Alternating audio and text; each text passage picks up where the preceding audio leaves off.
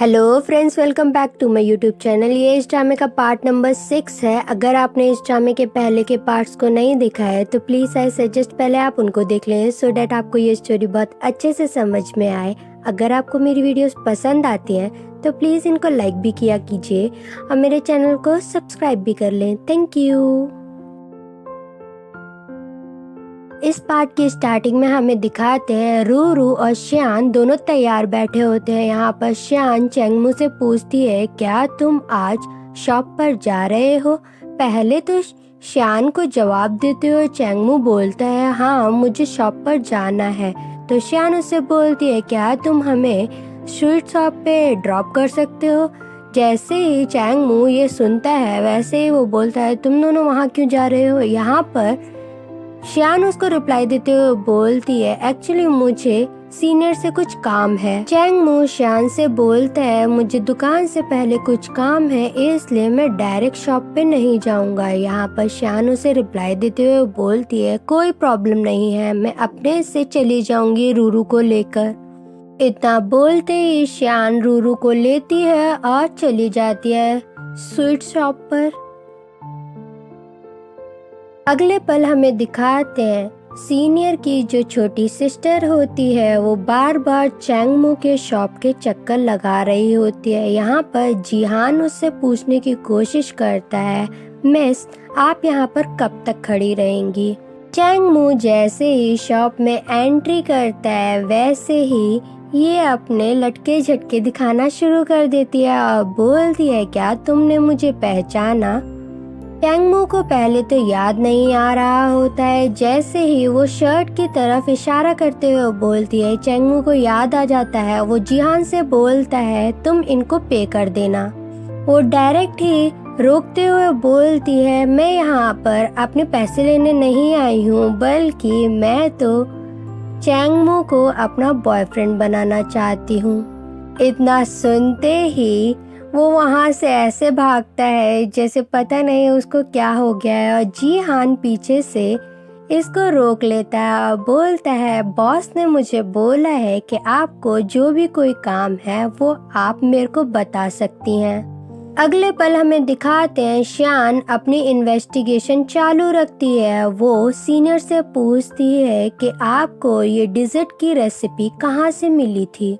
वो बोलता है कि ऐसी रेसिपीज हम लोगों को मिलती रहती हैं, इसलिए ऑनलाइन किसी ने मुझे ये रेसिपी भी बताई थी। और जैसे ही श्यान उसको टेस्ट करती है, टेस्ट वाइज भी सेम टेस्ट होता है जैसा चेंगमू की डिजर्ट का होता है।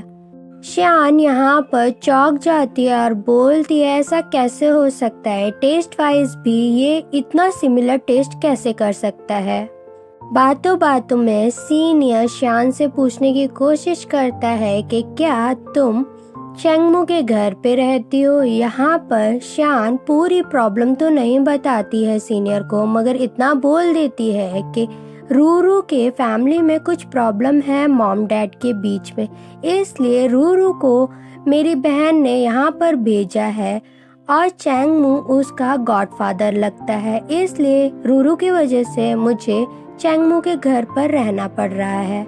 सीनियर श्यान को अपने डिजर्ट भी टेस्ट करने के लिए बोलता है और यहाँ पर इन तीनों की मस्ती स्टार्ट हो जाती है। वहीं दूसरी तरफ हमें दिखाते हैं चेंगमू का आज मन नहीं लग रहा होता है और पीछे से उसके एम्प्लॉयज बात कर रहे होते हैं कि जरूर से आज बॉस का मूड थोड़ा खराब है।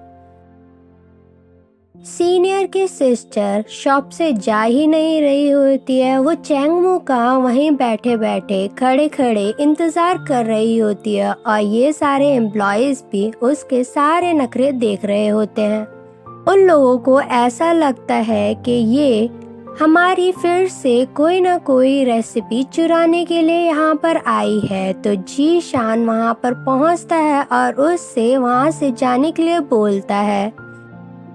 अगले पल हमें दिखाते हैं चेंगमू इतना ज़्यादा चिढ़ा हुआ होता है कि वो नींबू से कोई नई रेसिपी बनाने का ट्राई कर ही रहा होता है। तब तक चेंगमू के पास कॉल आता है कि हॉस्पिटल में जल्दी से जल्दी वो आ जाए।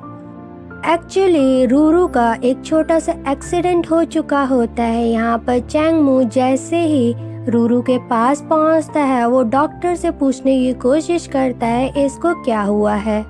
डॉक्टर उसको सारी सिचुएशन बताते हुए बोलता है मैंने इसके मॉम डैड को पूरी बात बता दिया है, इसलिए आपको टेंशन लेने की जरूरत नहीं है।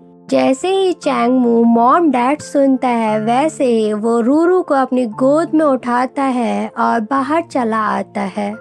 सीनियर शान से सॉरी बोलता है कि वो रूरू का अच्छे से ख्याल नहीं रख पाया। ये सब चैंगमू भी सुन रहा होता है। वो रूरू को गाड़ी के अंदर बिठाता है और शान को आगे बैठने के लिए बोलता है। गाड़ी में बैठने के बाद शान ने अपनी सीट बेल्ट नहीं लगाई होती है तो वो सीनियर को दिखाने के लिए चैंगमू जानबूझकर शान के पास आता है और उसकी सीट बेल्ट लगाना शुरू कर देता है। ये सब बाहर खड़ा हुआ सीनियर भी नोटिस कर रहा होता है। अगले पल हमें दिखाते हैं चैंग यू के पास एक न्यू इन्वेस्टर पहुंचा होता है। ये और कोई नहीं बल्कि चैंग यू का एक्स बॉयफ्रेंड रह चुका होता है। चैंगमू बहुत ज्यादा जेलसी में होता है, इसलिए वो शान से डायरेक्ट ही क्वेश्चन पूछ लेता है कि तुम्हें पार्क में मिलने की क्या जरूरत थी सीनियर से।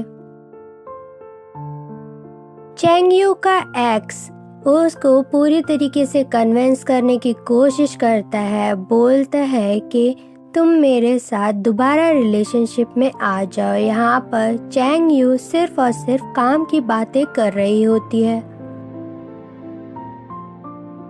चैंगमू जब घर पहुंचता है तो वो डायरेक्ट अपने घर ना जाकर अपने फ्रेंड के घर जाता है और वहाँ पर बहुत सारी ड्रिंक करता है। यहाँ पर वो बताता है कि शान अपने सीनियर से मिलने गई थी। सारी सिचुएशन जानकर जिंगयान हंसने लगता है चैंगमू के ऊपर, बोलता है क्या तूने उसको कभी किस भी किया है। यहाँ पर चैंगमू उसे बताता है हाँ मैंने किया है मगर 1 साल पहले, जिसे जानकर जिंगयान तो बहुत ज्यादा हंसने लगता है और चैंगमू को बिल्कुल भी अच्छा नहीं लगता है। वो पूरी बोतल खत्म कर जाता है। चैंगमू इतना ज्यादा जेलसी से भरा हुआ होता है कि जैसे ही वो घर पहुंचता है वैसे ही वो शान को रोकते हुए बोलता है कि तुम्हारे कपड़े में बटन नहीं है और वो उसका बटन लगाने की कोशिश करने लगता है। यहाँ पर वो उसको रोक के संभालने की कोशिश करता है। शान उससे पूछती है क्या तुमने ड्रिंक की है। वो बोलता है हाँ मैंने थोड़ी सी ड्रिंक की है। उसका ऊपर वाला बटन लगाने की कोशिश कर ही रहा होता है और चैंगमू यहाँ पर मौका पाते ही शान को बहुत अच्छी वाली किस कर लेता है। जब ये दोनों किस कर ही रहे होते हैं अंदर से रूरू की आवाज आती है और तुरंत से शान भाग जाती है। यहाँ पर चैंगमू गिरते हुए बोलता है आखिरकार मैंने उसको दोबारा किस कर ही ली। शान भी अंदर आकर बहुत ज्यादा ऑकवर्ड फील कर रही होती है, बोलती है वो तो बेहोशी की हालत में था, उसने ड्रिंक कर रखी थी, एटलीस्ट तू तो होश में थी। चैंग यू को भी अपने एक्स की बातें अच्छी नहीं लगी होती हैं, इसलिए वो जिंगयान को मैसेज करती है और थोड़ी देर बाद उसे रिकॉल भी कर लेती है। अगले पल का सीन दिखाते हैं। मॉर्निंग में दोनों ही ऑकवर्ड फील कर रहे होते हैं और एक दूसरे से अपने आप को छुपाने की कोशिश कर रहे होते हैं। शान यहाँ पर कल रात की बात करने ही वाली होती है, वैसे ही चैंगमू से रिप्लाई देते हुए बोलता है उस टाइम में थोड़ा ड्रंक था। इसी मोड़ पे हमारे इस ड्रामे के इस पार्ट की एक्सप्लेनेशन खत्म हो जाती है। अगर आपको मेरी वीडियोस पसंद आती हैं तो प्लीज़ इनको लाइक भी कर दिया कीजिए और मेरे चैनल को सब्सक्राइब भी कर लें। Thank you.